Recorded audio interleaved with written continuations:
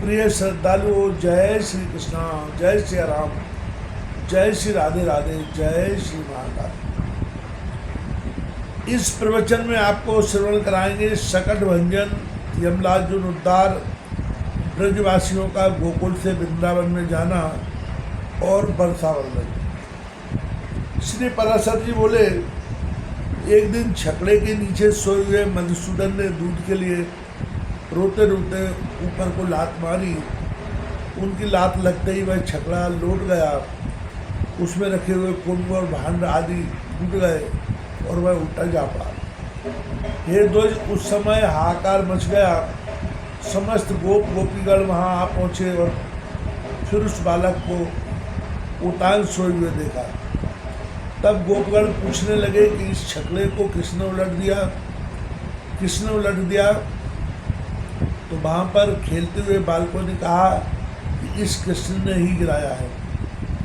हमने अपनी आंखों से देखा है कि रोते रोते इसकी लात लगने से ही यह छकड़ा गिरकर उलट गया है, यह और किसी का काम नहीं है।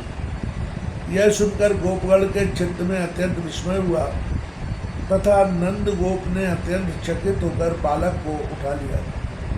फिर यशोदा ने भी छकड़े में रखे हुए टूटे भांड के टुकड़ों की और उस छकड़े की दही, पुष्प, अक्षत और फल आदि से पूजा की। उसी समय वसुदेव जी के कहने से गर्गाचार्य ने गोपों से छिपे छिपे गोकुल में आकर उन दोनों बालकों के ध्वजोचित संस्कार किए। उन दोनों के नामकरण संस्कार करते हुए महामती गर्भी जी ने बड़े का नाम राम और छोटे का कृष्ण बतलाया।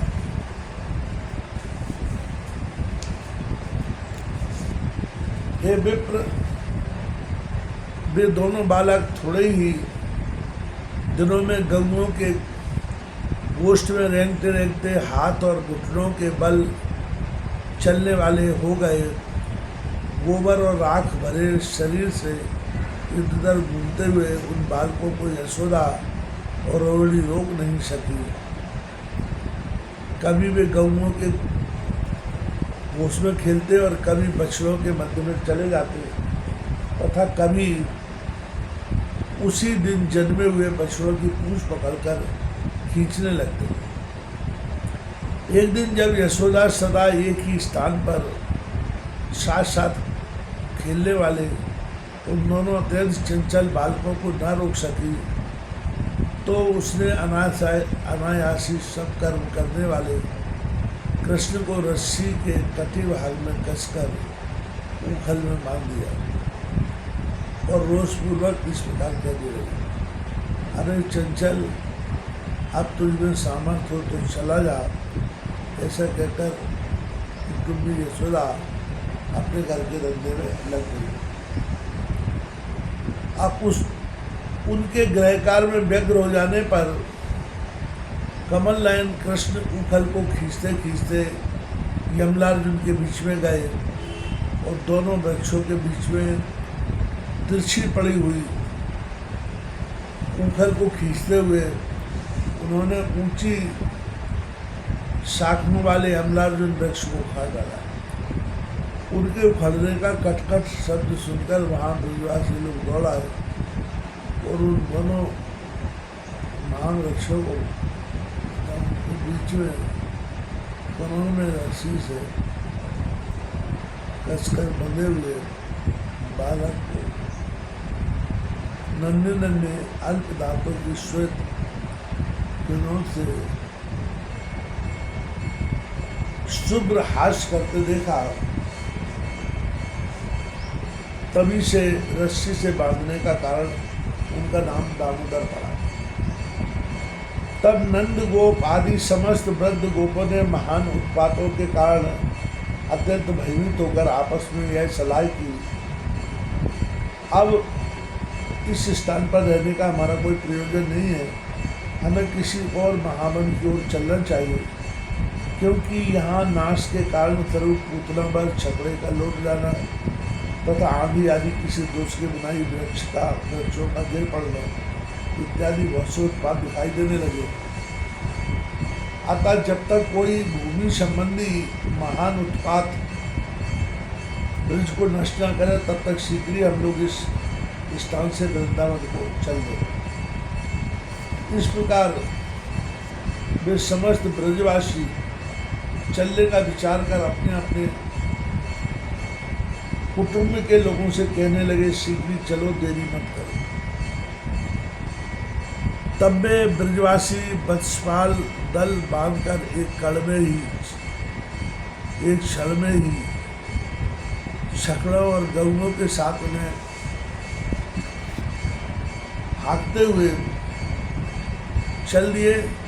ये दुज वस्तुओं के अवशिष्टांशों से युक्त वह ब्रज भूमि क्षण भर में ही काक तथा भाष आदि पक्षियों से व्याप्त हुए। जब लीला बिहारी भगवान कृष्ण ने जन्मों की अनुमति की इच्छा से अपने शुद्ध चित्त से वृंदावन धाम का चिंतन किया,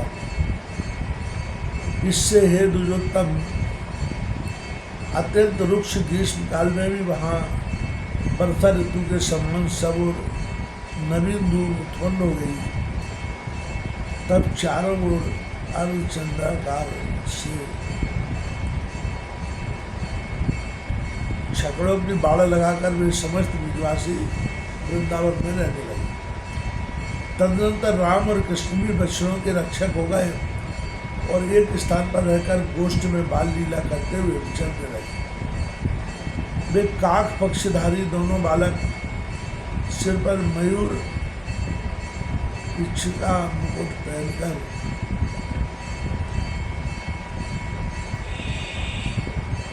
तथा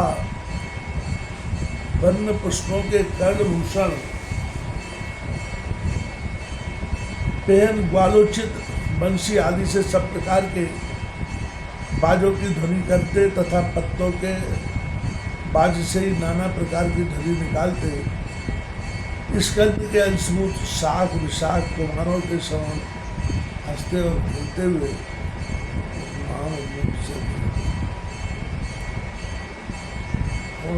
हुए उस महान में विसर्जित लगे। उन्हें एक दूसरे को अपने पीठ पर ले जाते तथा कभी अन्य ग्वाल वालों के साथ खेलते हुए वे बछड़ों को चलते साथ साथ घूमते रहते। इस प्रकार उस महाब्रज में खड़े रहते कुछ समय बीत जाने पर वे निखिल लोक पालक पशुपाल 7 वर्ष के हो गए। तब मेघ समूह से आकाश को आच्छादित करता हुआ वह अतिशय भारी धाराओं से दिशाओं को एक रूप करता हुआ वर्षा काल आया। उस समय नवीन दूरवा के बढ़ जाने और वीर बहुतियों से व्याप्त हो जाने से के कारण पृथ्वी पद्म राग विभूषिता मरकत महिषी जान पड़ने लगी। जिस प्रकार नया धन पाकर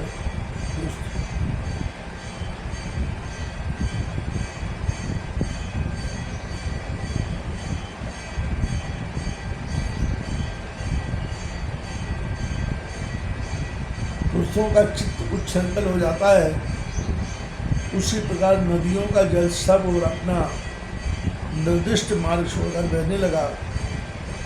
जैसे मूर्ख मनुष्य को धृष्टतापूर्ण उक्तियों से अच्छे वक्ता की भी मलिन पड़ जाती है, वैसे ही मलिन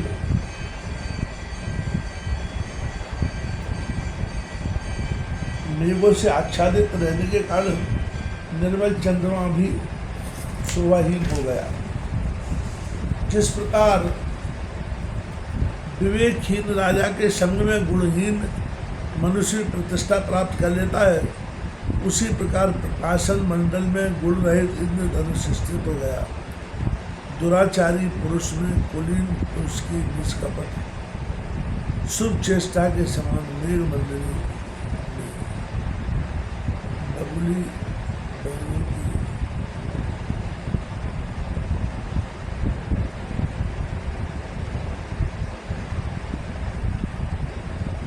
उसी प्रकार आकाशमंडल में गुणहीन इंद्रधनुष स्थित हो गया। दुराचारी पुरुष को कुलीन पुरुष के निष्कपट शुभ चेष्टा के समान मेघमंडल में बगलों की निर्मल पंक्ति सुशोभित होने लगी।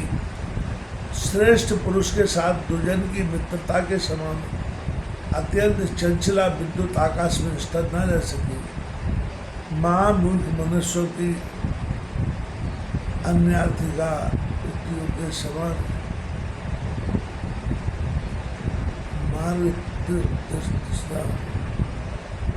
और डूब समय से आच्छादित होकर अस्पष्ट हो गए। उस समय उन्मत्त मयूर और चातक गण से सुशोभित महावन में कृष्ण और राम प्रसन्नतापूर्वक गोप कुमारों के साथ विचरने लगे। वे दोनों कभी गंगों के साथ मनोहर गान और ताल छेड़ते तथा कभी अत्यंत शीतल से होता पाया आनंद लेते पूरे विचरने लगे थे। कभी तो कदम पुष्पों के हार से विचित्र वेश बना लेते और कभी मयूर वृक्ष को माला दे सुशोभित होते और कभी नाना प्रकार के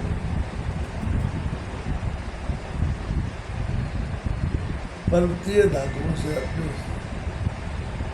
शरीर को छिपा कर लेते। कभी कुछ झपकी लेने की इच्छा से पत्तों की सैया पर लेट जाते और कभी मेघ के गर्जने पर हा करके कोलाहल मचाने लगते। कभी दूसरे गोपों के गाने पर आप उसकी प्रसन्नता करते, कभी बालों की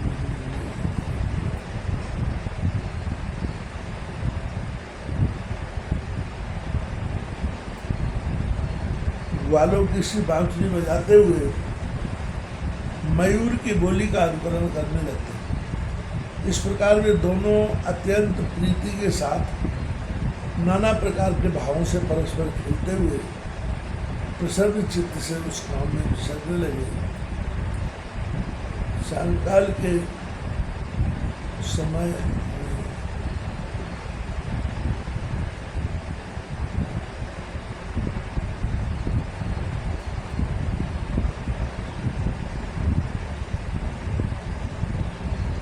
इस तरह अपने समवयस्क गोपगण के साथ देवताओं के समान क्रीड़ा करते हुए वे महातेजस्वी राम और कृष्ण वहाँ रहने लगे।